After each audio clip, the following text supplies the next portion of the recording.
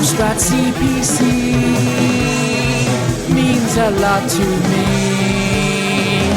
Will you come and see how I play Dizzy?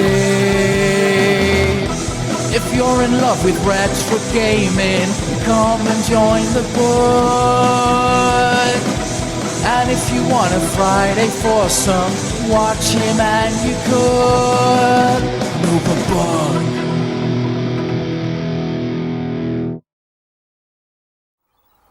How you doing, everyone? Novabug here, and this is quite a special video. This is quite a landmark for my channel. The 1000th, how do you say that? Video 1000 to the public. That is what this video is. Wow, I can't believe I've got to so many videos so quickly. Now, I've made more. I've made more over the years, but I've either deleted them, or they've been old ones that I'm not too fond of, or they've been Patreon Bug Army only ones. But to the public eye, for anybody searching YouTube, never met Novabug before, never know anything about Novabug, which is the majority of people on YouTube, this is the 1000th episode, show, video, whatever you want to call it, and it marks what, the good part of 7 years on YouTube, coming up to 8 years, but certainly 7 years of doing this gaming gear and stuff, gaming shenanigans on the Novabug channel, the Novabug persona, as it were. And I think 2 years since the Bug Army, 18 months since the Bug Army was grown out of my loyal viewership. So I thank you for that again. But yes, so what I wanted to do on video 1000 was to talk about solutions for your Amstrad gaming. So, as you know, if you're a regular viewer of the channel, I do the Amstrad Live game testing, which involves the original media with the original software and hardware, such as cassettes or discs. Occasionally you might, obviously cartridges as well, and of course more modern you have the Detonator, which is like a cartridge that goes into the back of the Amstrad CPC itself. But we're going to really focus on things like cassettes and discs, because those were the formats that we had back in the day. So, but nowadays, modern technology is sort of like caught up and sort of like merged and blended with the technology of old, and it's amazing the solutions you can get for all different types of systems going across the entire board. You can get like EverDrive cartridges for your consoles, you can get memory upgrades for your Amigas, and bit better ones that were back then, expansion ports for Commodore 64 and things like that, and there's loads of different stuff that you can get for many different systems, and a few of them are crossover. A few of them cross over, like one we're going to talk about does cross over to the Amiga and the Commodore and the ST and other things. But these are the solutions that you can have if you want to play games and do other tricks and bits and pieces on your Amstrad CPC, whether it be a 464, a 6128, a 664, a Plus machine, or a GX4000. I'm primarily going to focus on the 464 and the 6128, of course, but also I'm going to touch on the GX4000. And there are solutions you can also cross over to the Plus machines as well. But what do you say? The question is, what do you want to do? Do you want to, load tapes and wait traditionally for the tapes? You can do this with this device. And this device is a TZX Junio. I can never pronounce it correctly. So Ardutape produces this, and now they've been doing these kind of things for the Spectrum and the Commodore as well in the past. There's one called the I forget what the one on the Commodore's called, but I've actually ordered one for my C64C. So this is a little box of tricks, which essentially is a tape drive emulator, a virtual tape drive. So you would take your tape files. In Amstrad they're called CDT files, obviously in Spectrum they're called TZX files, and they're different tape versions to different formats, but for the Amstrad they're called CDT files, cassette data tape, I believe that stands for. And you put them in a little SD card at the side there.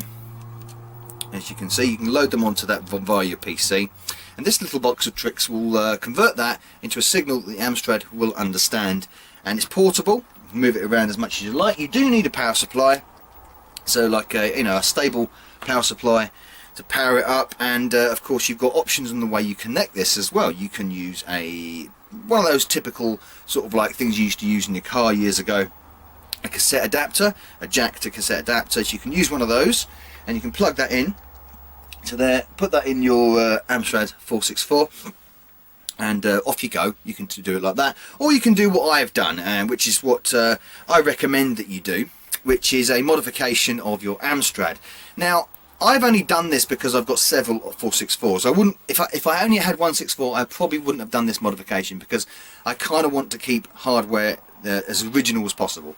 But with this 464, as people of the regular channel will know, I've actually modified it to a little bit of modification. There's many guides on this out there as well.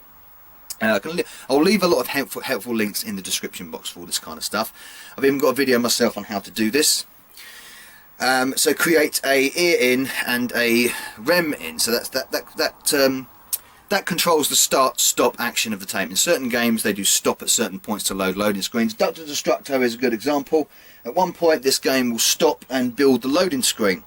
If the tape continues to move on, which this would do, the code will start to load before that loading screen is ready, before it's ready to accept the next part of the code. So that is a very handy thing to do.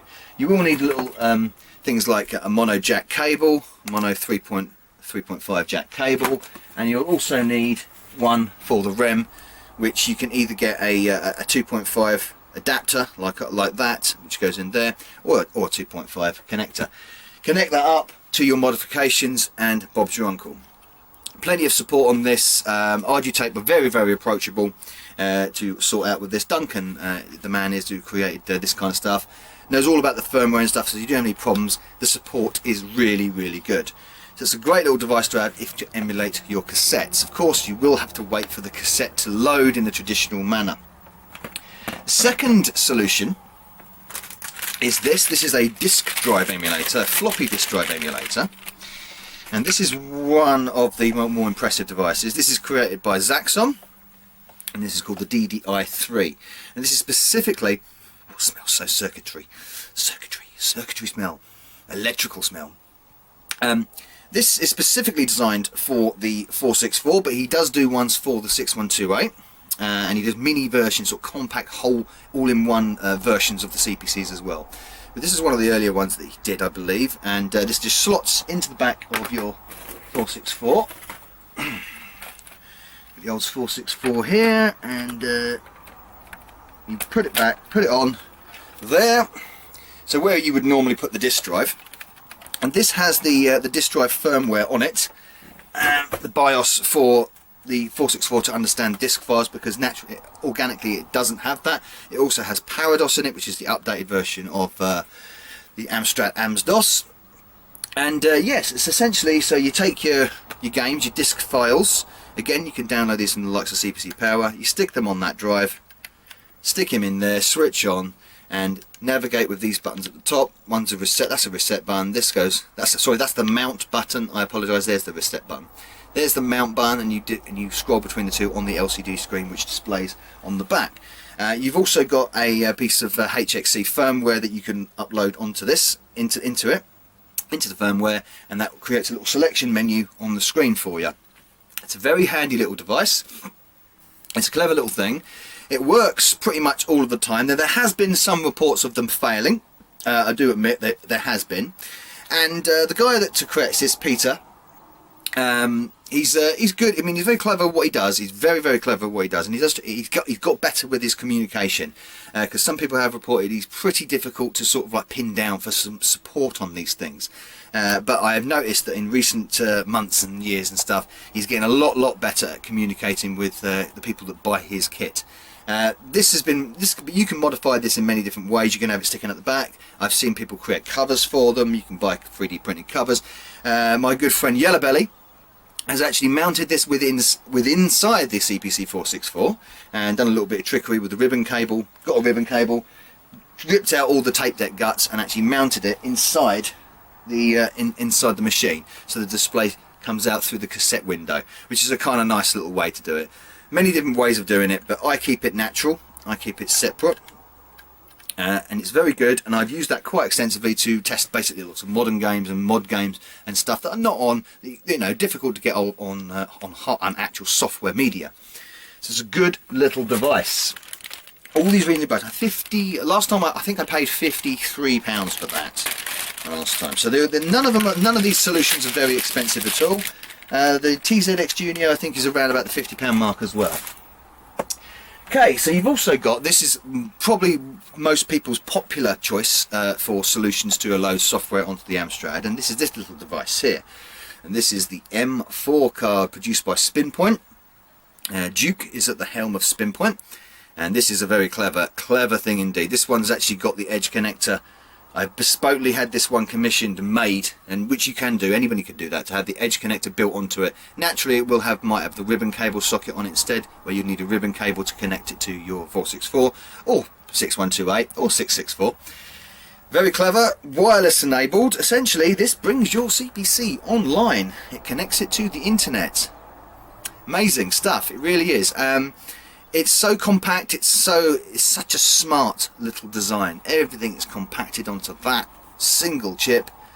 Really clever stuff, really clever stuff. You've got a USB adaptation there, you can plug your USB into it, upload files straight into it from there with firmware updates and so on and so forth. Primarily it runs off the SD card, which is there, and the SD card again transfer the games to, but more importantly you can just leave it in there. And once you've set it up, I mean, it can be a bit tricky to set up and a bit connect, but there's lots of guides on the spinpoint.org website to help you do that, to help you connect it up and how to get it going, how to connect it to the internet. And once you've done that, you can go to a website which you would name, and then drag and drop files and make modifications to your Amstrad without even touching the Amstrad. It's incredible. You can reset it, you can turn it off, and everything else. It basically assumes control from your laptop. You can assume control of your Amstrad, load games that way. Once you get to the Amstrad itself, you've got to load the game itself with a command line, much like you would do with MS-DOS kind of thing. Quite simple when you know when you do it for the first time. You know exactly how it works. And if you've used MS-DOS or BASIC to a degree, you would know exactly how that works. It's a fantastic little piece of kit. This is very popular with the Amstrad community and the Amstrad fans. And generally I've found it works absolutely brilliant almost all of the time. Sometimes I do get a little bit of corruption, I've got to admit, with certain games. They will corrupt and some won't load, most do, but I haven't come across too many problems. And there's also a hack button on the top which will bring you into a hack menu where you can hack the code of a game and create pokes and find a poke and all that kind of stuff. It's very clever.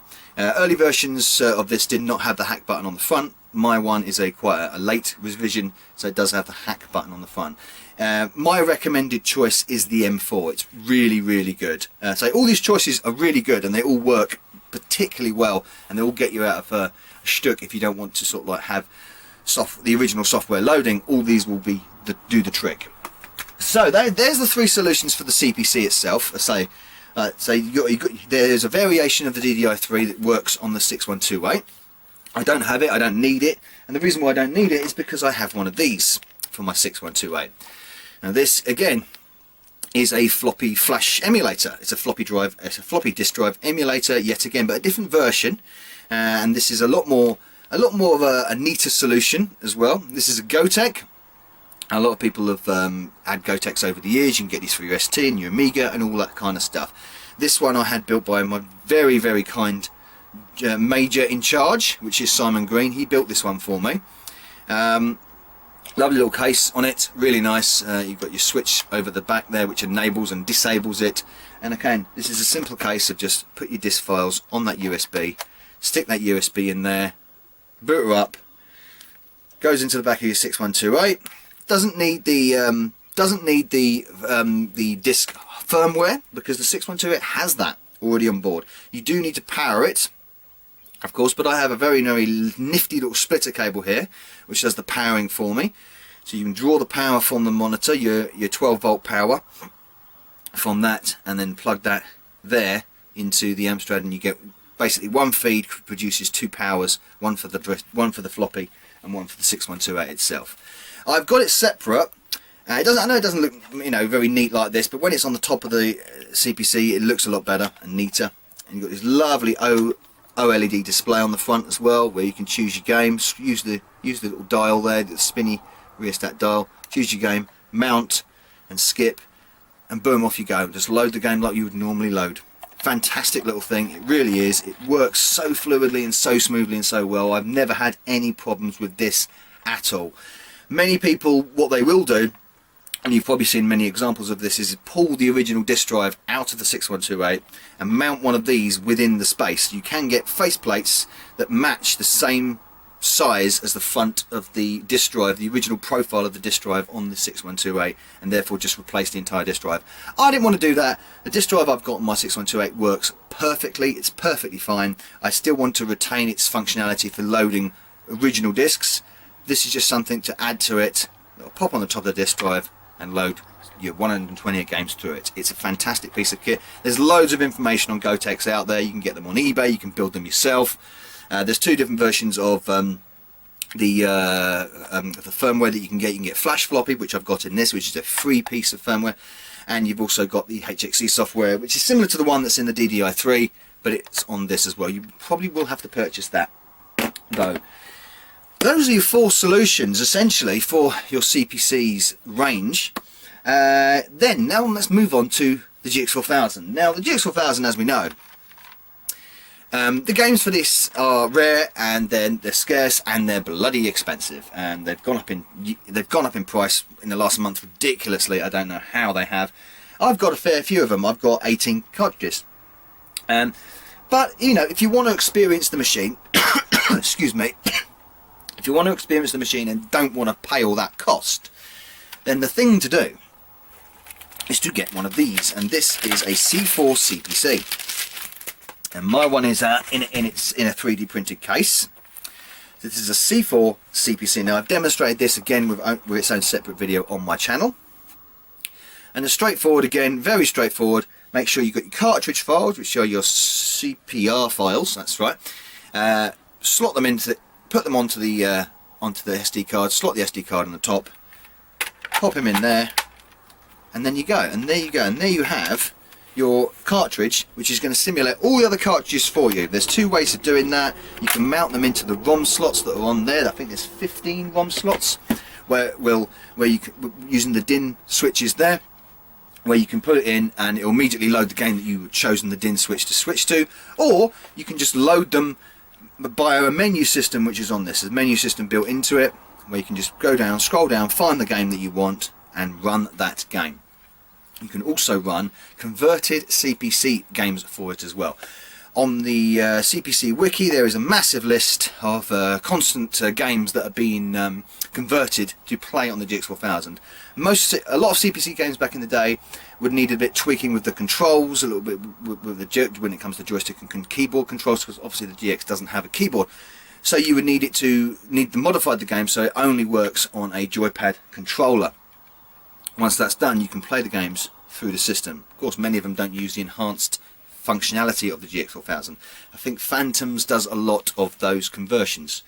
It's a brilliant thing to do if you are a GX4000 fan, or just a retro collector in general, and then you have the ability to play many Amstrad CPC games there, but certainly all of the cartridge games that have been ripped. Of course, not Chase HQ2, never been ripped. Fantastic little piece of kit. That's your 5 solutions. Your 5 solutions to playing games on your Amstrads. You don't need to spend a lot of money on any of this. I think all of these devices are under £60. You might need to do a little bit of research with some of them. So the M4 is a little bit tricky to set up, but once you have got it set up, it's great guns. Obviously, you might have to do a bit of a modification for the hardware when it comes to the TZX Junio. If not, you can use a cassette converter. But I do recommend the M4. I recommend all of these. I recommend all these solutions, depending what one you would choose, more easy to work with. Whatever you want. I've got all of these solutions available to me with the 4 systems that I've got. So I've actually got more solutions available. Well, actually, no. I've got a solution for every machine that I've got. So I could have my 464s all set up with a different solution attached. And then I can have my 6128 with my Gotek attached, and a GX4000 with the CPC the C4 CPC in the top. So all of them could run simultaneously at the same time with a different game loading solution on there. And of course, there's other things in there, like you say, you can hack, you can update the BIOS. There's many things you can do. It's good for programming as well if you're into that kind of stuff. Yeah, It just quickens the process up, especially if you haven't got a hoard of 3-inch discs. Of course, you've got reliability issues with cassette and disc, as I exemplify on my webpage. Not my webpage, sorry, my show, CPC Live Testing. And I just thought I'd give you a quick rundown of all the solutions that you can get for your Amstrad CPC range to load your games and get gaming without going to all the cost and time of finding cassettes and discs and all that kind of stuff. It's an easy way to experience it on real hardware. Of course, you've got the emulator options, of course, if you want to experience it that way. But if you want to experience the real hardware solutions, then these are the ways to do it. And finally, for episode 100, I just want to show off this, which is your Colour Personal Computing fanzine. And this has been produced by James Ford. There we go in the notes. This is a lovely little fan project. So this is like an Amstrad magazine come back to life. A miniature sort of A5 style Amstrad magazine, monthly I believe this is as well. This is the 3rd issue, I think. It's £4 if you want to buy these. You can get them at the website. And I'll leave the link to the description in that as well. And it also gives you offers on things like modern games, Dawn of Colonel and Pentamino and Chibiya Koombas. Keith, how you doing, mate? My good buddy Keith has developed Chibiya Koombas. You get the physical versions of those to play on your Amstrad. Good stuff in here, it really is. Lovely little featurette there on high-tech software, one of the budget labels of the Amstrad and the Spectrum, of course, going forward. Lots of lovely little content, reviews, anecdotes, a bit on the 8-bit memoirs project as well. Fantastic. It's a lovely little, what they call it on the front, they call it toilet reading for your Amstrad Colour Personal Computer. That kind of sums it up. To have a bit of a flick through, a bit of a giggle. There we go, there's the review of the updated version of Ghosts and Goblins by Zyphos. Yes, indeed. And Targon. Zyphos and Targon created that. Absolutely wonderful. Hark back to the old days. So thank you everyone for supporting the channel for these many years. Like I say, coming in October this year will be my, I think, 8-year anniversary. But this has been video number 1000, and there is many more to come. I'm brimming with ideas. There's loads of stuff that I still want to talk about. The Amstrad, still want to talk about the other 8-bit systems. Of course, sketch on the consoles, and of course, always with some of the modern takes on a few things as well. All I can say is thank you for sticking with me. Thank you for sticking with this, this pillock sitting in his loft with a load of garbage behind him, wearing a silly cap and a silly t-shirt.